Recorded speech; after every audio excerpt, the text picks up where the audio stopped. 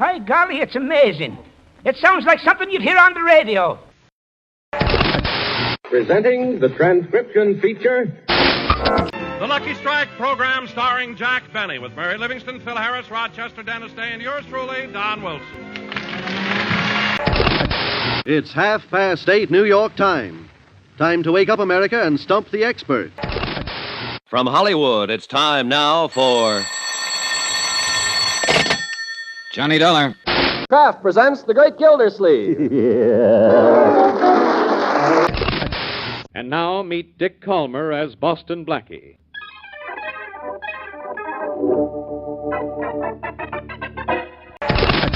It's the Phil Harris Alice Faye Show, presented transcribed by the makers of Rexall drug products. And now it's time to meet the men from the ministry.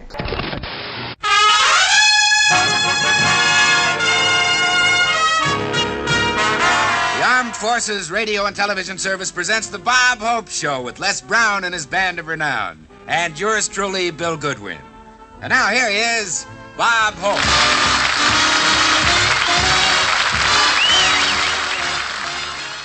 Greetings, I'm Kevin Lauderdale. Quiz shows were all the rage on radio during the 1940s and 50s, from the comedy of You Bet Your Life to the erudition of Information Please. And of course, it was Quiz Kids, which allowed junior geniuses to demonstrate their knowledge. Now I'm going to present an episode of College Quiz Bowl, wherein students from various American universities squared off. College Quiz Bowl started on the radio and ran from 1953 to 1955 on NBC. Then it moved to television. Here, University of Minnesota is playing against Brown University. Well, Brown is playing in conjunction with Pembroke College, which was the women's college within Brown. Female students took classes at all-male Brown until the two merged, and eventually Brown just went co-ed in 1971. Minnesota had been co-ed from the start. Unlike other quiz shows, the students aren't together in the same room or hall. The contest is being held with each team at its own school, hundreds or thousands of miles apart. And the network, headquarters in New York City, is coordinating and transcribing the event. A couple of notes. Ovita Culp Hobby, 1905 to 1995, was the first Secretary of the U.S. Department of Health, Education, and Welfare, which in 1979 was renamed Health and Human Services. At the time of this recording, she'd recently left the department after 2 years of service. This show seems somehow more spontaneous than most other quiz shows. Even though it is transcribed, it was recorded live, which means mistakes can be made, and they are.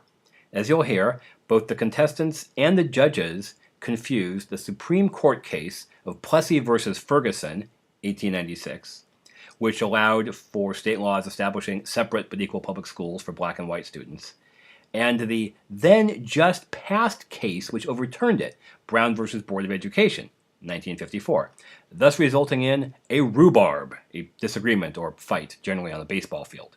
In any case, the question is thrown out. Joe Palooka, the comic strip about a boxer, was created by a man named Ham Fisher.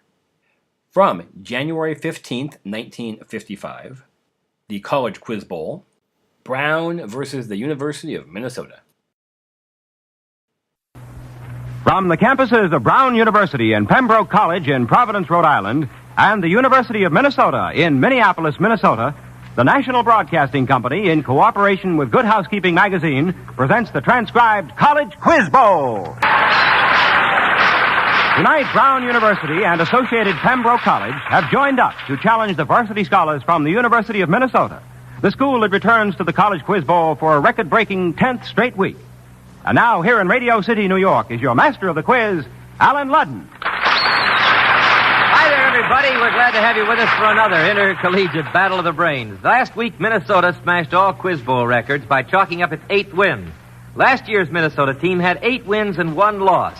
This year's team has 8 wins, 1 tie, and so far no losses. But tonight, Minnesota meets Brown Pembroke, the school that beat them last year, and anything can happen. So, let's meet the teams. First, we're going way up north to Rhode Island, where Russ Van Arsdale of station WJAR Providence is on hand to serve as referee for the combined Brown-Pembroke team. Are you with us, Russ? I sure am, Alan, and so is our team. The boys from Brown University and the girls from Pembroke College at Brown would be pretty pleased if they could approach last year's score against Minnesota.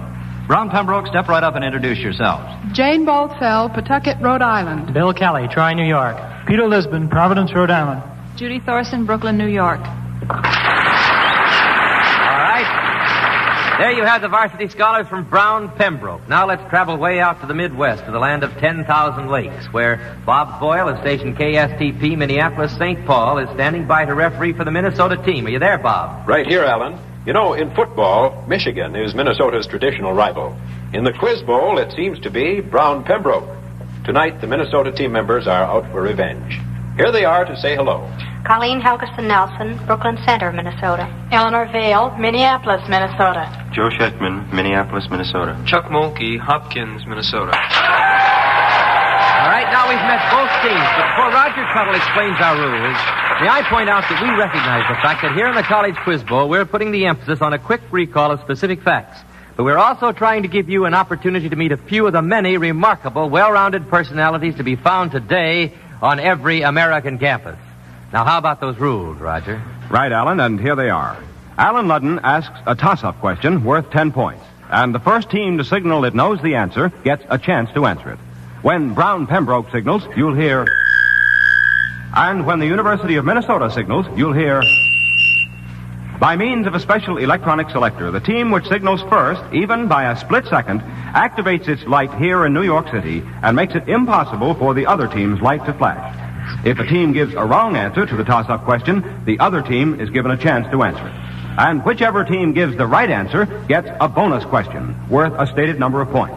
Now, the team with the most points at the end of the game is the winner and returns next week to defend its title in the College Quiz Bowl. Okay, Alan? Okay. May I see the light from Minnesota, please? All right, may I see the light from Brown? Fine, thank you very much. Now, teams, remember, you may interrupt a toss-up question before I've finished asking it. But if you do, and if your answer is wrong, your team's going to be penalized 5 points, and I'll have to repeat the question, giving the other team a free crack at it. Okay, those are the rules. And there's the opening whistle, so let's go. Here's your first toss-up. The first bonus question tonight is worth 30 points. And here's the toss-up that could earn it. For 10 points, quote the line of verse that immediately precedes this one. Quote, drink deep or taste not the Pierian spring. Minnesota. Joe Schechtman. A little learning is a dangerous thing. Right, for 10 points, Minnesota. Joe Schechtman, you recognize the line that precedes it. Alexander Pope's an essay on criticism, and you earned for Minnesota a 30-point bonus. Now, you know, Minnesota, the Sahara Desert is called the Great Desert. Henry Clay Sobriquet was the Great Pacificator. Death is sometimes referred to as the Great Divide. Now, for a quick 5 points each, I want you to give us the names or titles, including the word great, for each of the following. First, for 5 points, that part of Broadway in New York City centering Great White Way. All right, The Great White Way. A novel by F. Scott Fitzgerald. Great Gatsby. A revival of religious feeling in the 17th century England. The Great Awakening. The Great Awakening, right, for 5 points. Christiana's Guide to the Celestial City in Bunyan's Pilgrim's Progress. Oh.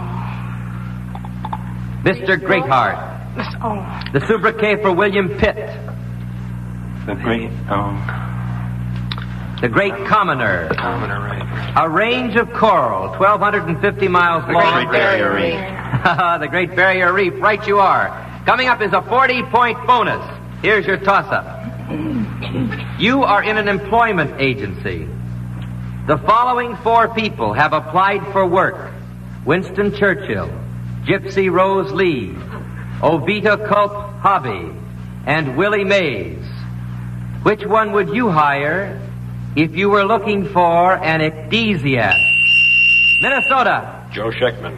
Gypsy Rose Lee. Why? That's right. That's a fancy name for a striptease dancer. That's right. Okay, you got a 40-point bonus coming up.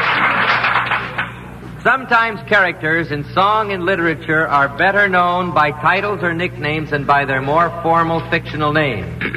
For 10 points apiece, how do we usually refer to the following fictional characters? Cho-Cho San. Young Madam Butterfly. Right. Madam Butterfly. Alonzo Quiano, spelled Q-U-I-X-A-N-O. 10 points. They got 10 points for the first one. All right. He is known as Don Quixote in the Cervantes novel.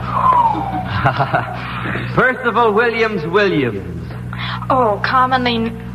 No, is that from the... Come on, you know it. Wee Willie Winkie in Rudyard Kipling's story. Senor Bona Slang. He's in a well-known song. I'll give you that much help. Senor Bona Slang.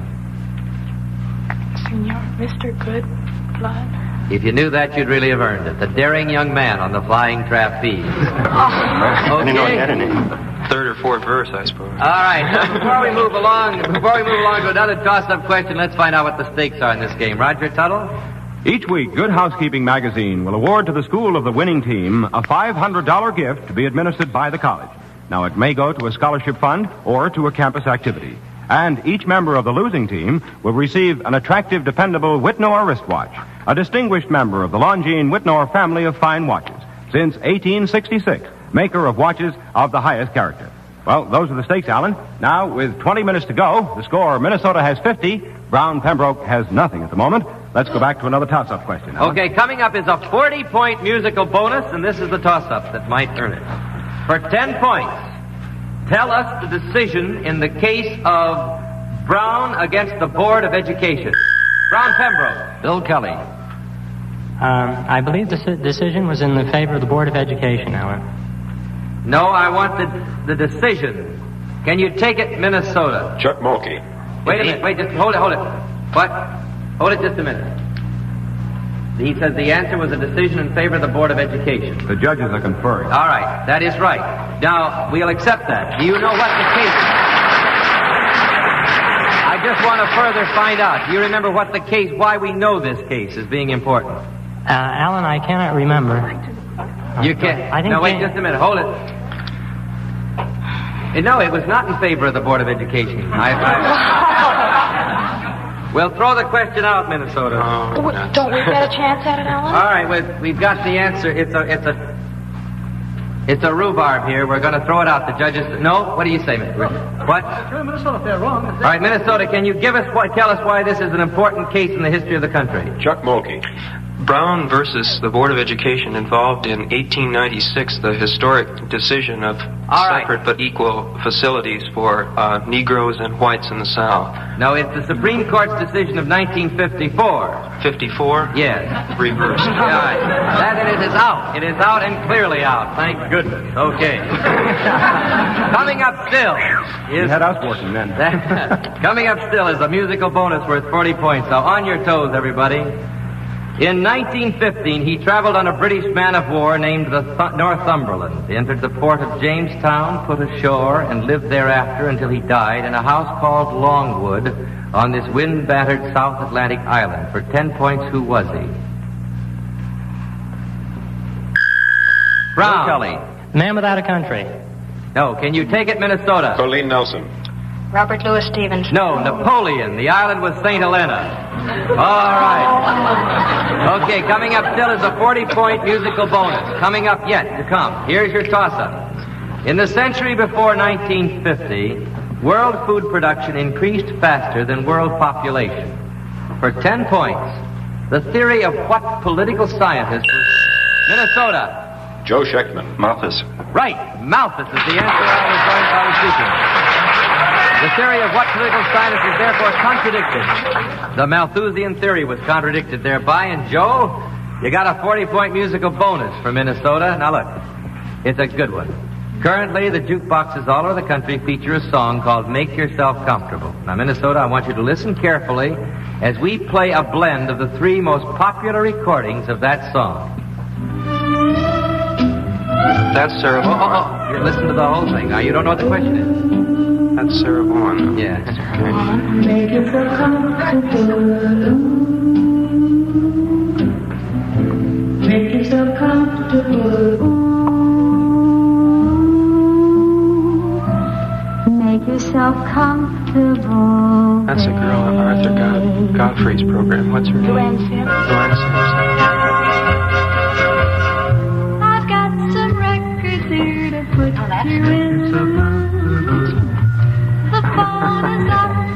No, it isn't. No one can intrude. I've the door. All right, now, Minnesota, you can earn 40 points if you correctly identify the 4 voices you heard, but I will accept only the first 4 names that you offer, Minnesota. Who were the 4 voices you just heard? Sarah Vaughan, 10 points. Sims, No. Rosemary Clooney. No. Betty Clooney. No. All right. 10 points you earned. It was Sarah Vaughan, Peggy King, Edie Gourmet, and Steve Lawrence, the 3 popular records of that song. All right, scoring time, Roger. Alan, right now we have 15 and a half minutes to go. Minnesota has 70 points. Brown Pembroke has nothing, and that was not a CBS program.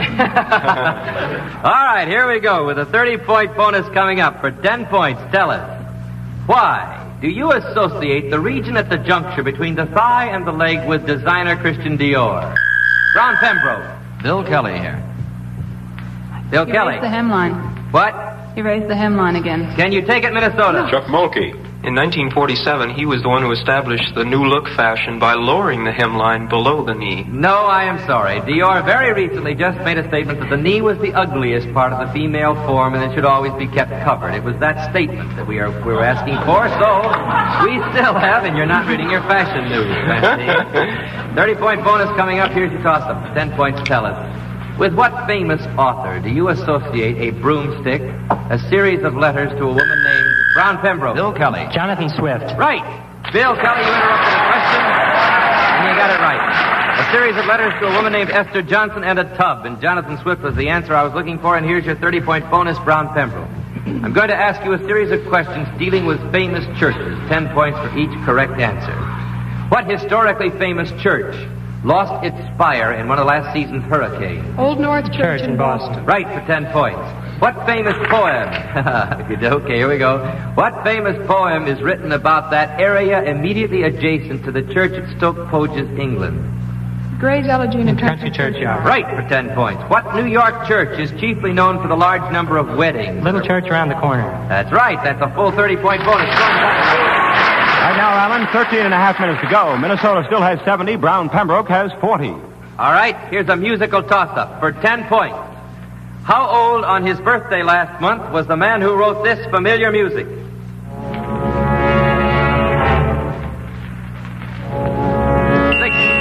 Minnesota. Joe Scheckman. 89. 89, right. Sibelius. Sibelius was 89 last month. He wrote Finlandia. You recognize the passages of Finlandia. All right, Minnesota, here's a 30-point bonus for you. Now, if I said rail splitter, you'd automatically respond Abraham Lincoln. Right. Or if I happen to mention brown bomber, you'd react by saying Joe Louis. Now, for a quick, and I do mean quick, 5 points apiece, identify each of the following. You have 2 seconds for each answer. Okay. Yankee Clipper. That would be Joe DiMaggio. The Iron Chancellor. Bismarck. Bismarck. Right. Old Rough and Ready. That would be Teddy Roosevelt. No, Zachary Taylor. I said Taylor, Ellen. Maybe you didn't hear it. I didn't hear it. I'm sorry, and I can't take your word for it, honey. The judges didn't hear it. Here we go. Boston Strong Boy. That's John L. Sullivan. Right. The Terrible Kansan. Yes. Alf Landon. President Eisenhower. He was known as such at West Point. Cactus Jack. That's Garner. Right, for 5 points. Time and score, Roger.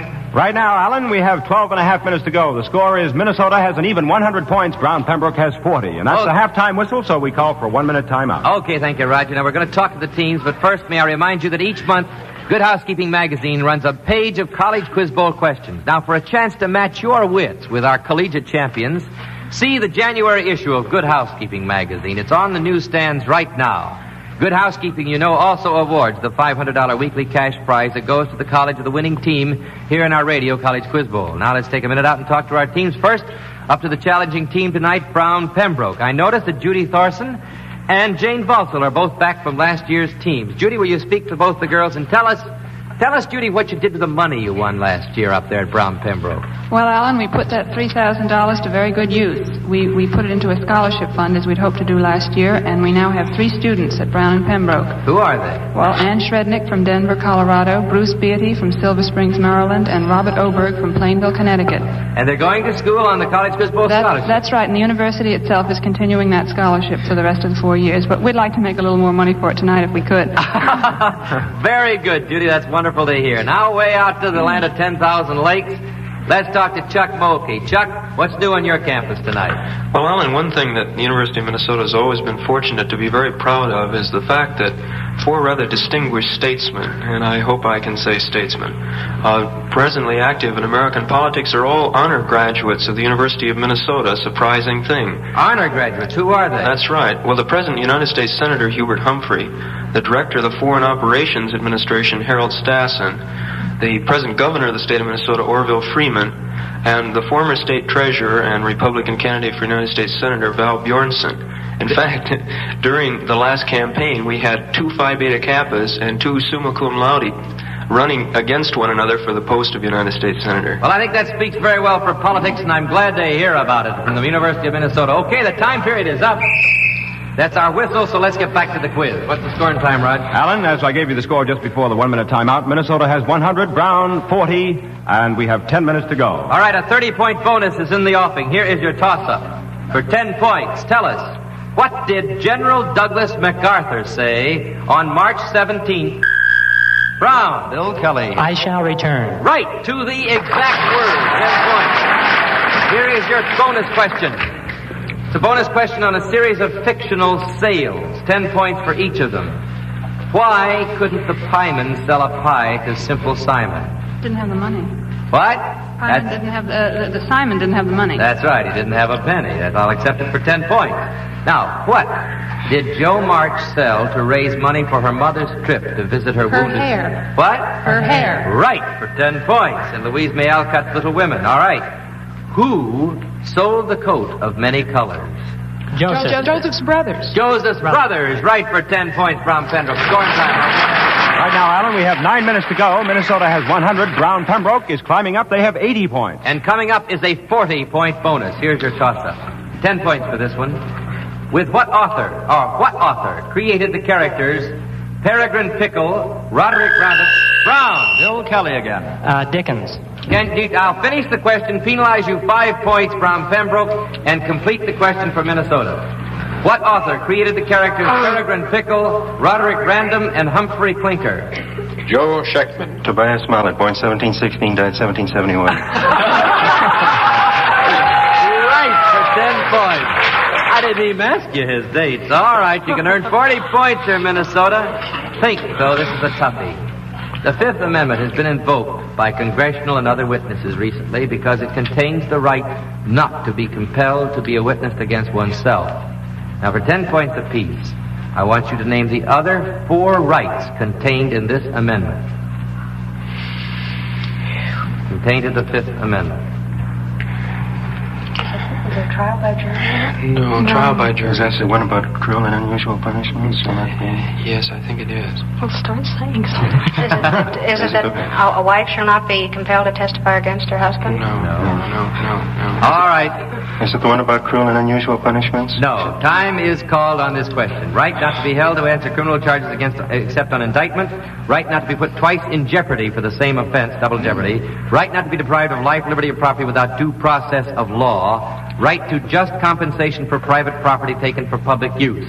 Okay, scoring time again, Roger. Right now, 7 minutes to go. Minnesota has 110, Alan. Brown Pembroke has 75. A 30-point musical bonus is in the offing. Here's your toss-up. For 10 points, tell us, with what implements or ammunition would a man arm himself if he set out to conquer Curly Dock, Low Mallow, Lamb's Quarters, and Minnesota? Colleen Nelson. He would probably arm himself with a butterfly net.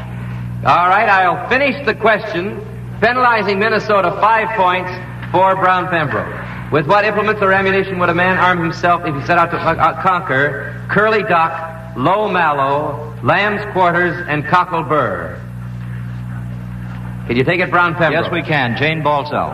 A hoe. A hoe is right for 10 points. They are all common garden variety weeds. All right, Minnesota, if you know Haydn, you're in for 30 points. Haydn, this is Brown Pembroke. What did I say, Minnesota? Oh, I'm sorry. Brown Pembroke, here it is. It's your bonus. Haydn symphonies are probably familiar to all of you team members, so it's an easy 30 points if you can get it. All you've got to do is recognize the symphony and give us the name by which it is popularly known. To illustrate, we would call the 104th in D major the London Symphony. Now, what are the nicknames of the following symphonies? The Drum Roll Symphony. Right, for 10 points. What's the nickname for this one? Surprise Symphony. Let's wait for the surprise, will you? Okay. All right, here we go. What's this one? That's a surprise. What's the nickname for this one?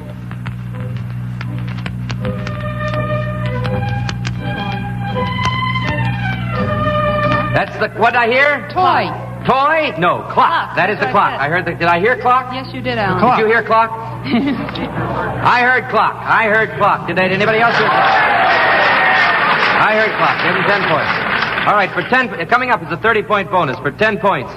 5 minutes to go. 5 minutes to go. Scoring time, Roger. Right now, Brown Pembroke has climbed ahead, Alan. They have 115 points. Minnesota has 105. We have 5 minutes to go. All right, here's 30-point bonus coming up. Here we go. For 10 points. What did Jesus say when the Pharisees showed him a penny, upon which Brown Pembroke? Jane Baltell. Render unto Caesar's what is Caesar's, and unto God what is God. Right, for 10 points. Okay, here we go with a 30-point bonus, Brown Pembroke. Sometimes the names of flowers can suggest other things. For instance, a goldenrod could be an expensive gun. You got it? Now, for 10 points apiece, and work quickly, the name of the flower that suggests money in a church. Jack and the Poker. Right, for 10 points. The name of the flower that sounds like it might be the poet Shakespeare in a saccharine mood. Willow. Sweet Willow. Sweet William. Sweet William, right, for 10 points. Work fast. The name of the flower that suggests fame before lunch. What before lunch? What before Fame, F-A-M-E. Morning Glory. Morning Glory. Scoring time, Roger. Right now, we have 4 minutes to go. Minnesota has 105 points. Brown Pembroke has 145 points. And a 35-point bonus is in the offing. Here's your toss-up. For 10 points, you are to complete this relationship question. Richard Sheridan is to Mrs. Malaprop as Ham Fisher is to whom? Minnesota. Joe Scheckman. Joe Palooka. Joe Palooka, right, for 10 points. Here is your 35-point bonus, Minnesota. It's a mathematical bonus, so get out your papers and pencils. It's worth 35 points. Let's go. You are to take the number of justices former President Franklin D. Roosevelt wanted the Supreme Court to consist of. 15. Multiply by the number of wise virgins in the biblical parable according to Matthew. 5. Subtract the number of deadly sins. 7. And add the number of people that, according to popular parlance, constitute a crowd. For 35 points, what is your numerical answer? 71. 71, right, for 35 points. All right, a 20-point bonus is in the offing. Scoring time, Roger. We have 3 minutes to go. Minnesota has 150. Brown Pembroke has 145. And a 20-point bonus is in the offing. Here we go. It's tight. It was accepted for standard usage in Catholic countries in 1582. In Britain and her colonies, Minnesota. Joe Scheckman. The new calendar. The new junior calendar. calendar, yeah. All right, the Gregorian calendar, I'll accept it for 10 points, Minnesota. The new calendar, the Gregorian calendar. You interrupted a question, and you got the right answer, and you got a 20-point bonus, Minnesota. It's a quick 2-part bonus question on current events. 10 points for each correct answer. Who is the new Senate President pro tem? George of Georgia. Right, for 10 points. What recently went up from 50% to 60%? The margin. The margin on stocks. The margin requirements on stocks. Here we go. We have a 15-point bonus coming up. Here's your toss-up. Cowboy music and literature often to refer to little dogies. For 10 points, can you... Minnesota. Eleanor Vale. It's a baby calf, Alan. All right.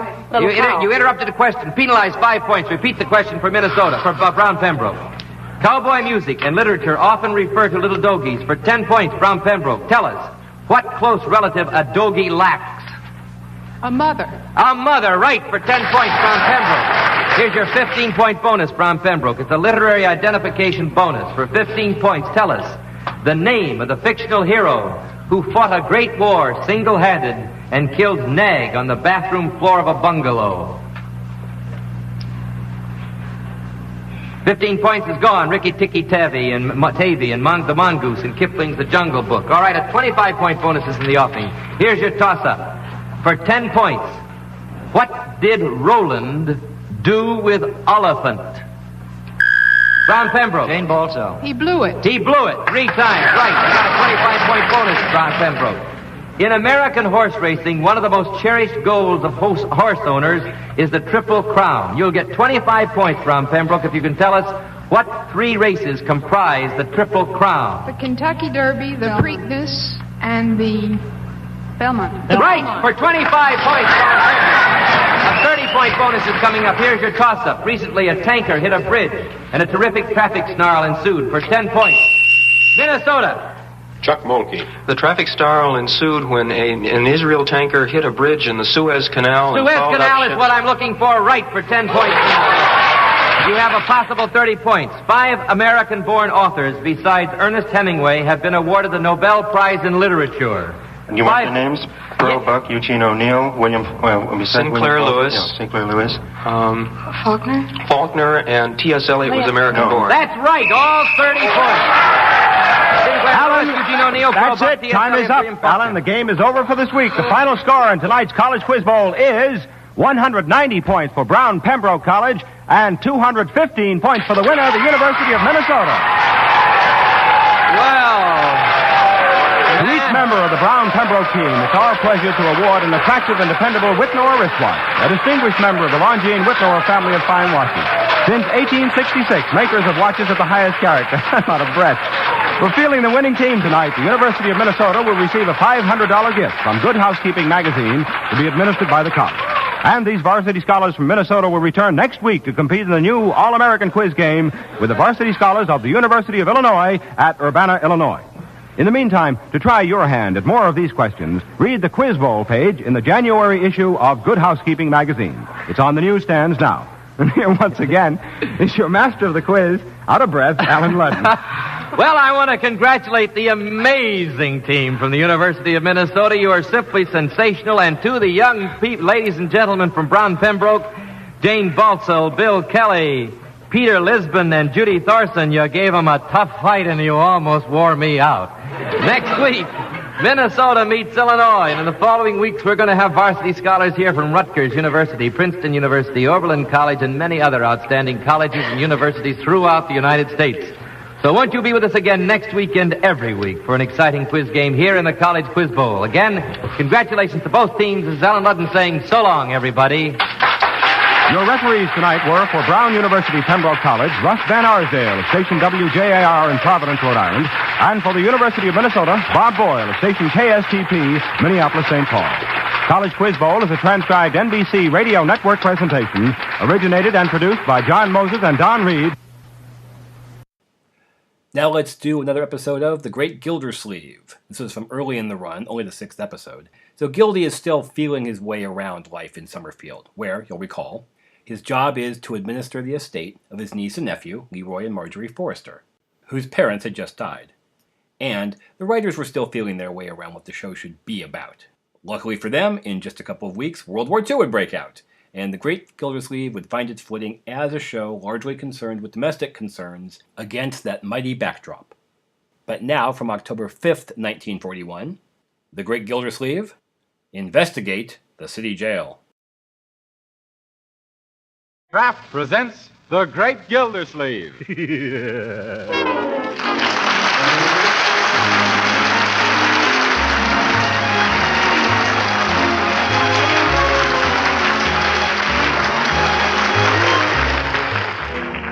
Each week at this time, Kraft presents from Hollywood, California, Harold Perry as The Great Gildersleeve, written by Leonard L. Levinson.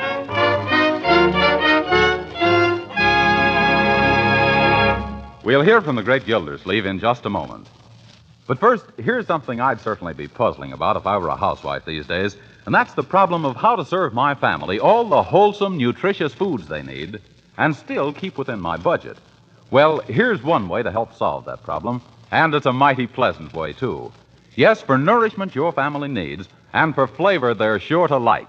Serve them delicious, economical Parquet margarine, made by Kraft. You see, Parquet margarine is a highly nutritious food that's one of the best sources of food energy. And to Parquet's natural, wholesome goodness, Kraft adds vitamin A, 9,000 units to every single pound. But rich food value isn't all. Important, too, is Parquet margarine's flavor, that delicate, appetizing taste that makes it the favorite of thousands of families. for table use, for seasoning, for baking, and for pan frying. Just one taste will tell you about Parquet's flavor. So why not try delicious Parquet margarine tomorrow? Yes, ask your dealer for Parquet, Parkay.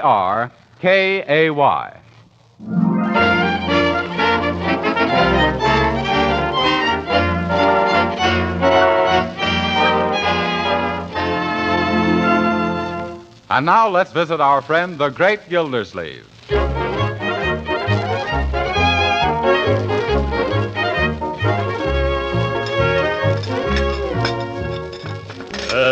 Don't eat your luncheon so fast, Leroy. Yes, Leroy. Where do you think you're going in such a hurry? To a fire. Uncle Mort gave me a quarter to burn the leaves. Yeah. Say, leaf burning might be a good business for me to go into. Better get outside, Leroy. There's a wind coming up, and you're liable to blow your business right down the street. Okay. Say, did anybody see my sweater? Excuse me while I test the front door. Yeah. Hello, Bertie. Mr. Gildersleeve in? Yes, Mr. Wills. He's just finishing lunch. Come on in, Judge. Thank you. Well, hello, Ted. Hello, Judge Hooker. This is an unexpected pleasure. Would you gentlemen care to indulge in a cup of coffee? No, only going to stay a moment. Mr. Wills and I have a little matter we want to discuss with you, Gildersleeve, in confidence. Oh, surely. Let's go into the library. Thank you. Well, Leroy, what are you looking for? My sweater. I left it here somewhere. Yes, on my moose head. That's no place for a sweater. I put it in your room. Thanks. Oh, hi, Judge Hooker. Hello, Ted. Hello, Leroy. Say, who do you think's going to win the game tomorrow? Leroy, we've got some business to talk over. Now, please imitate a priority and make yourself scarce. 23 skidoo. 23 skidoo. Yes, scram. I get you. 23 skidoo. Must be a new kind of jive. Wait till I spring that one on the gang. Jive. Well, now that we're alone, let's get to the point. Yes, let's get right to the point, Judge. What is the point? Well, Ted tells me that you're interested in civic and municipal affairs. Yes, I am. It was Thomas Jefferson who said, or was it Benjamin Franklin? No, it was Thomas Jefferson who said, what did he say? Well, whatever it was, you can be sure it was right to the point, Judge. We've got an organization here in Summerfield, Gildersleeve, known as the CGA. Yes? We strive to make our city a finer and cleaner place to live in, and now that you've become a resident of Summerfield, we want you as a member. Well, that's a great honor. I'm not sure that I deserve it, Judge. By the way, what is the CGA? The Clean Government Association, TP. Oh. I suggested that you were just the man to add the proper weight. Huh? The proper weight in the right places. Right places, yeah. We want you to head the committee investigating conditions at our city jail. Oh, well, city jail, eh? Well, thanks. What's wrong down there? If I told you what's going on, it'd make your mustache curl. Yeah, the place can't hold on to its guests. What's the trouble? Poor service? No. Prisoners keep escaping. Turnover is suspiciously high. We're getting ready to demand a cleanup. We want to get rid of the jailer. Everybody says he's made the place what it is. Yes. Well, it sounds like he's created quite a stir. But we've got no evidence that we can put before the grand jury. Oh. We need the testimony of a reputable citizen who can gather the facts secretly. Well, now, how could we do that? One of our members offered to have himself arrested on some minor charge just so that he could get inside information. A splendid idea. It would have been, except everybody knows him. The jailer and his gang is smell a rat. In fact, all our members are prominent, well-known citizens. Oh, that's too bad. Would have been a peachy plan. Well, if there was some good, substantial citizen who was new here in Summerfield. Yes, who wouldn't be recognized when he broke some petty law and landed in jail. Oh, that's right, a new man. A very excellent... Oh, no, you don't. I can see what's coming. I'm the guy you're leading up to. I won't do it. Pull your chin in, Gildersleeve. I'm disappointed in you. I thought you were going to be a useful citizen. But I don't like jails. What's wrong with them? I don't want to find out what's wrong with them. For one thing, they're too confining. They give me claustrophobia. Oh, poppycock. That's just your imagination. It is not. I've got claustrophobia so bad I can't even wear a double-breasted vest. But you're just the man we need. Where else can we find someone with your alertness and intelligence and daring? No place. Thanks for the compliment, Ted. I appreciate the honor, too. But no matter how thin you slice it, it's still 30 days in the clink. Oh, what's the use, Ted? He's all bull and bellow. No beef and brawn. No, look here, you.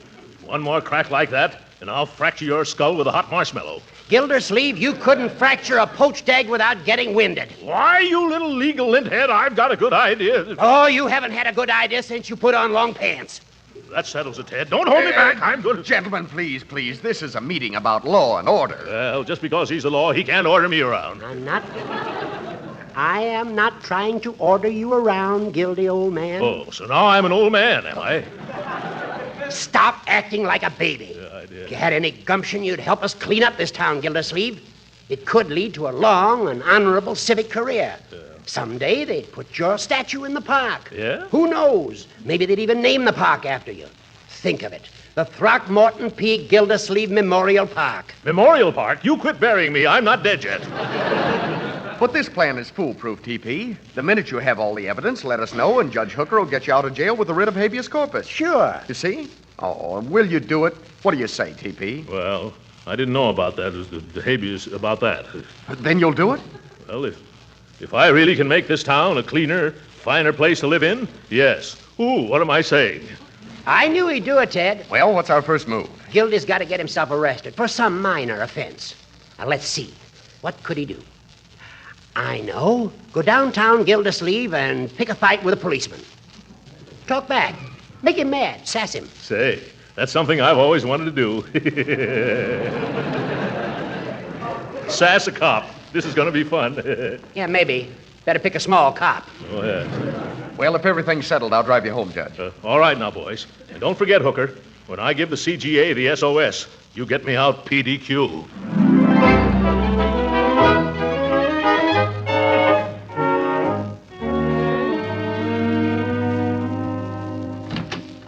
Well, children, how do you like your uncle's new fall outfit? Why, Uncle Mort, you look like a tramp. Yeah, and what's the idea of the dark glasses? I'm going downtown to have myself arrested. What's the matter? Lose a bet on the Dodgers? You... No, Leroy. I'm only doing this to help make Summerfield a finer, cleaner place to live in. By going to jail? Yes. Now, don't tell a soul, but I'm going there to investigate conditions for the Clean Government Association. Oh, I didn't understand. Oh, don't you get it, sis? Unc's something like a G-man. Yeah. Oh, boy, wait till I tell the gang. Leroy, if one word leaks out about this, I'll be thrown right out of jail. Oh, gee, Unc, I wouldn't want that to happen. Yeah. I'll keep quiet. But I still don't understand why you're wearing those terrible-looking old clothes. Yeah, boy, is that a corny outfit. It's a disguise, Leroy. Do you like it? It's an old sack suit. Sack suit, huh? Looks like I forgot to take out the potatoes. Yeah. Well, it's 7 or 8 years old, Leroy. I wonder if suits fitted tighter then or if I've expanded. You shouldn't wear those pants, Uncle Mort. Huh? You can't stand up in jail all the time. Yeah. Excuse me, Miss Marge. Who that man? What you want with these children? Go away, you tramp. Take it easy, Bertie. It's me, Mr. Gildersleeve. You sure? Why, of course. Well, you done frightened me from here to Christmas. What you doing dressed up like a scarecrow, only not so skinny? Well, Bertie, the truth of the matter is... Oh, don't tell her, Uncle Mort. You know how women are. They can't keep a secret. Yeah. She'll be telling it all around town before you even get to jail. Jail? Who's going to jail? You, Mr. Gildersleeve? What for you going to the pokey? What did I tell you? She's starting to broadcast already. Leroy, you spill the beans yourself. What beans? Now, what's going on around here? Oh, Margie will explain to you later, Bertie. And meanwhile, if you just keep quiet and don't mention this to anybody, I'll be able to get into jail without any trouble. You will? Yeah. Well, there's a lot of things I can say at this point, but I'm just going to keep my mouth shut. Oh, run along, Bertie. I'll try to explain to you later on. If I ever find out myself. Yeah. Okay, but I got a feeling in my bones, and it ain't rheumatism. Yeah. Well, what do you think, children? Do I look shabby enough? Sure, you look pretty good. That is, pretty bad, pretty good. Don't you think so, Marge? Well, I don't know. There's something that doesn't quite fit in with the rest. Oh, yes, your mustache. That's it. Now, see here, Marjorie. I'm not going to shave off my mustache, even if it means I won't be able to get into that jail. Oh, you needn't shave it. Just trim it a little so it won't look so dapper. No. Yes, now come on. Here's a pair of manicure Nothing scissors. doing, Marjorie. Don't you here we are. dare touch a hair. Hold his head, Leroy. Okay, sis. Hold still, Unc. Oh, Leroy, stop that. Quit. Cut it out, Moving, children. Uncle. It's taken me years to stop, Marjorie. You'll ruin the shape. Hold still, Uncle. Stop it. Leave my mustache alone. There. Oh, that's my nose you're trimming.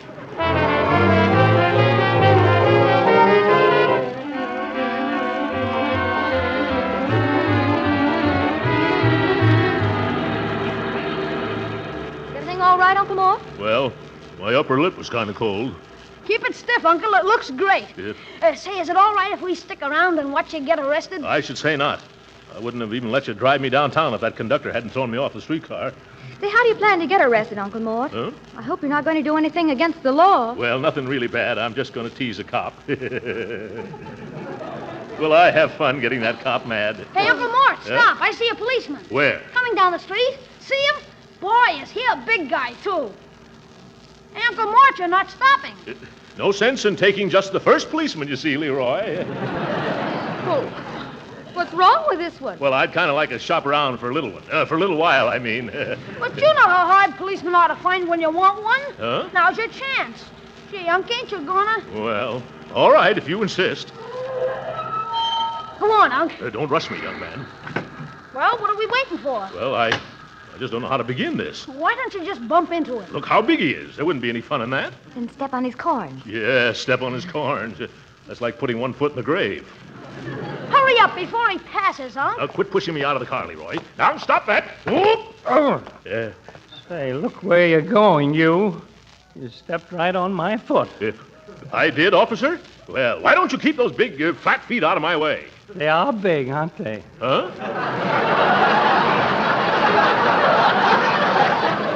Yes, they are big. And clumsy, too. That's true. You know, I have the worst time with them, especially when I dance. I'm not interested in your waltzing dogs. Now, out of my way before I get tough. Oh, don't shout. I've got a splitting headache as it is. Oh, you have? I'll shout if I want to. Yes, by George, I'd like to see you stop me. Now, really, mister, if you're going to create a disturbance, I'm not going to stand here and take it. You're not, eh? What are you going to do? I'm going home to bed. Oh! Wait a minute, aren't you going to arrest me? Oh, no. As a citizen and a taxpayer, I insist on being arrested. Well, in that case, you better find a policeman. Yeah. Aren't you a policeman? Don't tell a soul, but I'm just getting home from a masquerade ball. Oh!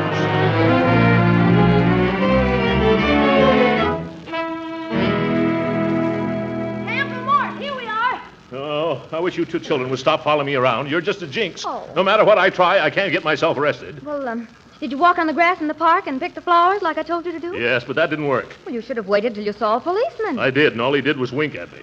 How about jaywalking? They're arresting people for that these days. I tried jaywalking right on a busy street. What happened? A couple of big trucks just missed me and ran into each other. And the officer didn't arrest you? No, he was too busy separating the truck drivers. I even tried to steal a mounted policeman's horse. That should have landed you smack in the hoosgow. Well, it would have, except this was a burglar-proof horse. What do you mean? He just sat down in the gutter and refused to move. Well, maybe you better give up, Uncle Mort. No, sir. I'm just as stubborn as the police department. I'm going to jail this afternoon if it takes me all night. Unc, I've been thinking. I know what'll do the trick. What is it, my boy? What is it? You see that pile of bricks? The bricks? Yes. And see all the pretty store windows? Oh, Leroy, I don't want to hurt those shopkeepers. Okay, then, how about that row of empty stores across the street? You couldn't hurt anybody there. You're a bright boy, Leroy. Now, you children go back to the car and pretend you don't know me. All right. So long, Uncle Mort. I hope you make it this time. Yeah, thanks. Better take an armful in case I miss. Well, here goes. It doesn't seem to attract any attention. I better try again.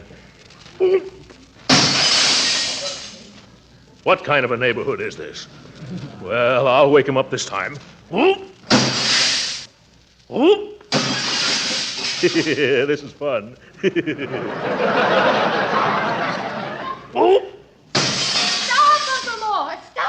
What's wrong, Marjorie? Look at the signs in those windows you broke. Signs? Where? Oh, yes. These stores for rent by the Forrester estate. Throckmorton P. Gildersleeve, agent. Oh, my.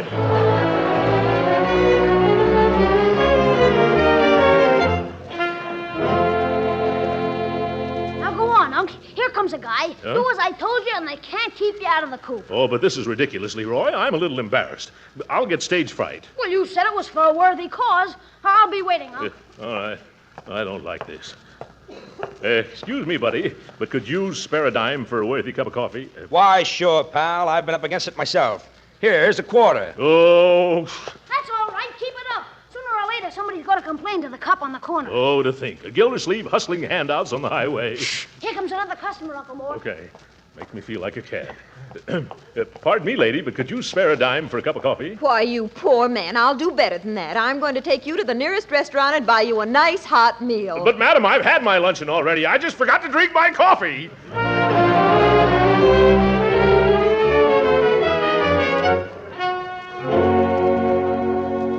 No, Leroy, I simply refuse to ask another person for another dime for another cup of coffee. Why, I've collected over $7 already.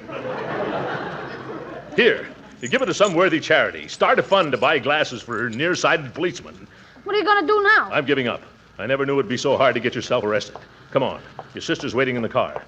Oh, look, that lady dropped her purse. Hand it here, Leroy.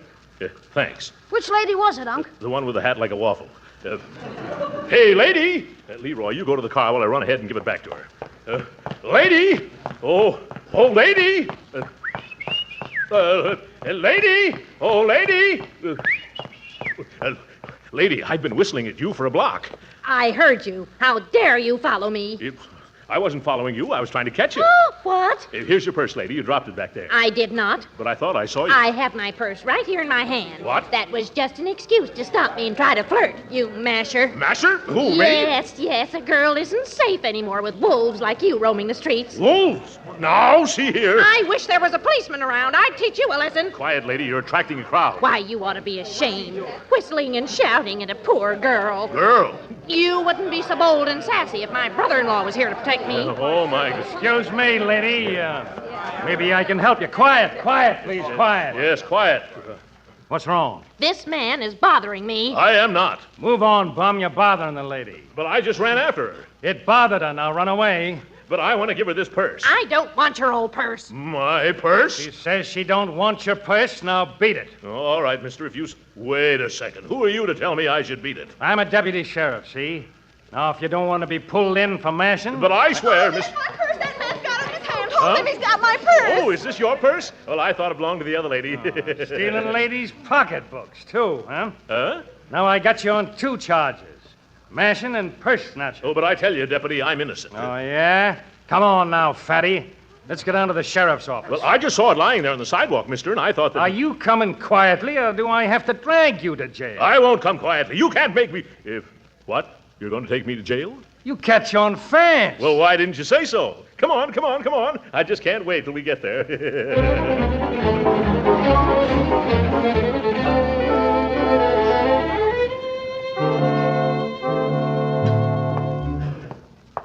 In here, fatso. If that's so. Come on, step in there. You think I'm going to carry you across the threshold? No. I'll walk. Hey, Spud, you got a roommate. Show this guy the ropes. Sure. Well, make yourself at home, Bunky. What's your name? Gildersleeve. Throckmorton P. Gildersleeve. Boy, did you pick yourself a phony moniker. What? Nobody'd ever believe that one. But I assure you, sir, that's my name.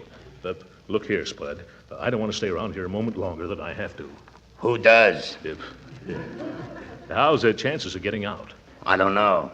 You got a good lawyer? No. I mean, how's chances of escaping? You mean take it on the lam? Well, if you want to be technical, yes. Not a chance in the world, Bunky. This joint is airtight. Shh.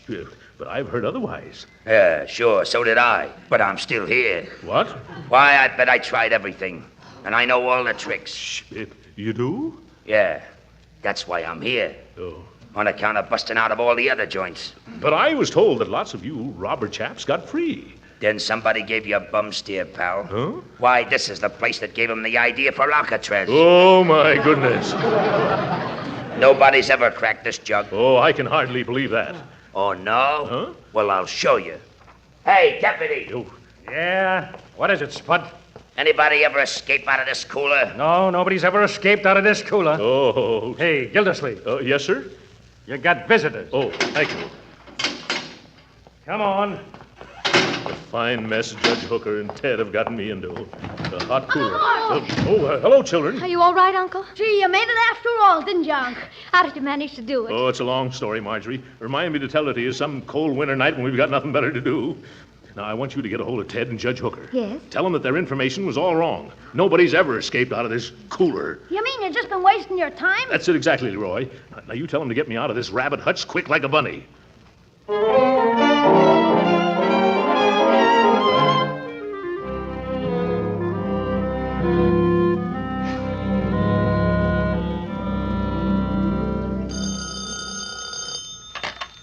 Judge Hooker's chambers. Let me talk to Judge Hooker, please. This is Ted Wills speaking. Oh, sorry, Mr. Wills. He just left. Oh, I see. When'll he be back? Well, in about a week, he said. What? A week? He can't do that. Oh, yes, he can. He's just gone to New York on court business. But he can't go. He's left someone in the lurch. Oh, my goodness. Where's the judge stopping in New York? Well, he hadn't decided. He's going to let me know.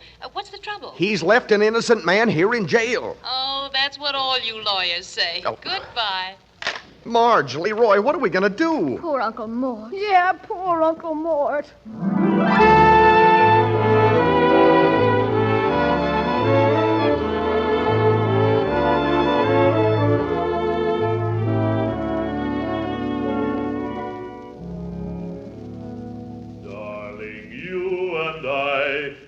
Reason why I'm going to get out of this jail by and by. Oh, stop it, Throckmorton, stop it. That's all you've been doing all day long. What are you so cheerful about? You'll soon see, Spud. I'll be out of here quicker than you can walk across this cell. Yeah, well, cut out that singing. I'm punished enough without that. Yeah, I can't help it. I'm so happy about leaving this place, I've just got to sing. Darling, you and I know... Hey, Gildersleeve. Huh? You got a visitor. Oh, you see, Spud? What did I tell you? Thank you, Deputy. Darling, you and I know the reason why I'm such a happy guy. Oh, well, hello, Bertie. I'm glad to see you. Where is everybody? They was afraid to come down, Mr. Gildersleeve. Afraid? What were they afraid of? Afraid of you. They sent me down to break the bad news. What bad news? Judge Hooker done forgot all about you and went to New York for a week. What? Yes, sir. I told you something bad was going to happen. He can't do this to me. Bertie, did you ring me a habeas corpus? I'm sorry, Mr. Gildersleeve. All I brought you was a roast chicken. I don't want a roast chicken. I do want a roast chicken. Where is it? The man at the door, he done took it away from me. Why, that petty chiseler. But I don't think he's going to enjoy eating it. Why not? I stuffed it with some little sauce, some files, and a little gun.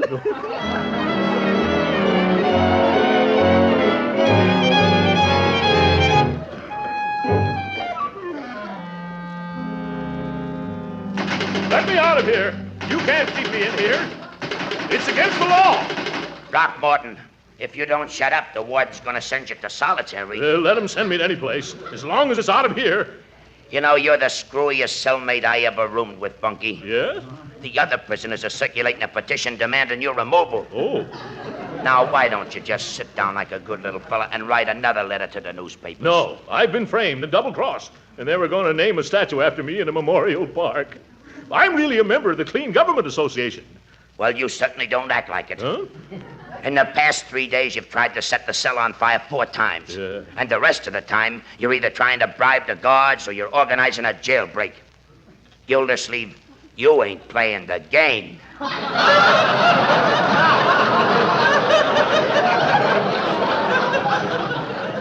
I don't want to play any games. I just want to play the anvil chorus on a certain judge's head with a baseball bat. All right, Gildersleeve, get your things. You're leaving. Leaving? I am? Oh, I can hardly believe that. Oh, this makes me very happy. That makes it unanimous. Oh, goodbye, Spud. Try to keep out of mischief from now on, Spud. Well, goodbye, boys. Behave yourselves. Get out of here, bum! Yeah, glad to, bum. Uncle Mort, you're free. Oh, hello, children. Yes. Hello, Ted. Hello, Hooker. Hello. Well, it took you long enough to get me out of here. Now, Gildy, it was all a mistake. Let's not discuss it here. Shall we go? Yes. But first, I want to ask you two great civic leaders a question. Where did you get your phony information? From a fortune teller? It wasn't phony. And why did you have to yell your head off about our investigation? It's all over town now. What difference does that make now, Hooker? There's nothing to prosecute here. The jail is escape-proof. I found that out. And from what I saw, it's run on the level, too. Of course it is. I knew that all along. Then why in the name of common sense did you send me here? That's just it. We didn't tell you to come here, Gildersleeve. What? No, this is the county jail. We told you to go to the city jail. Oh, my goodness.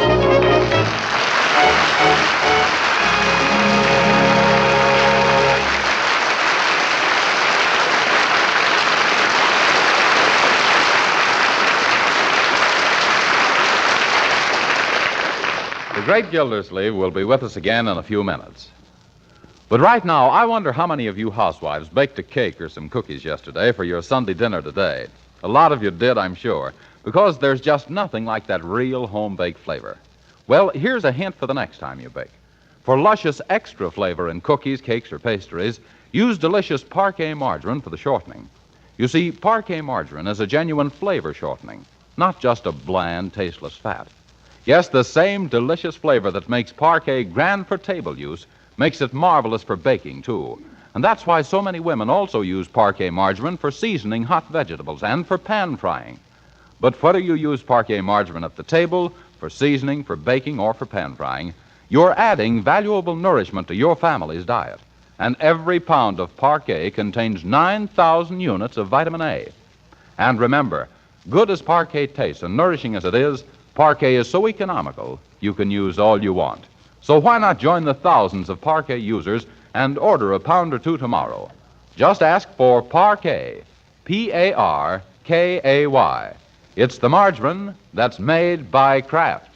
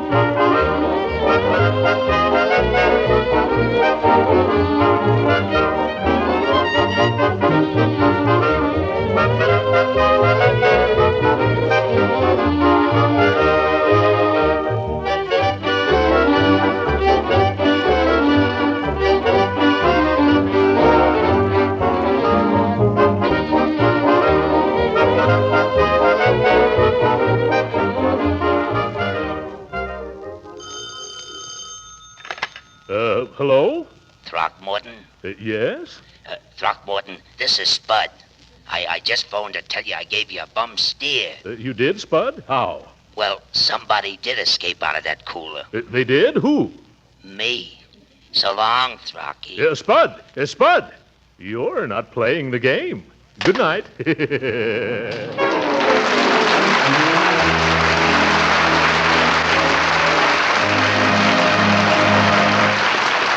Original music heard on this program was composed and conducted by William Randolph. This is Jim Bannon speaking for the Kraft Cheese Company and inviting you to be with us again next week at the same time for the further adventures of the Great Gildersleeve. This is the National Broadcasting Company.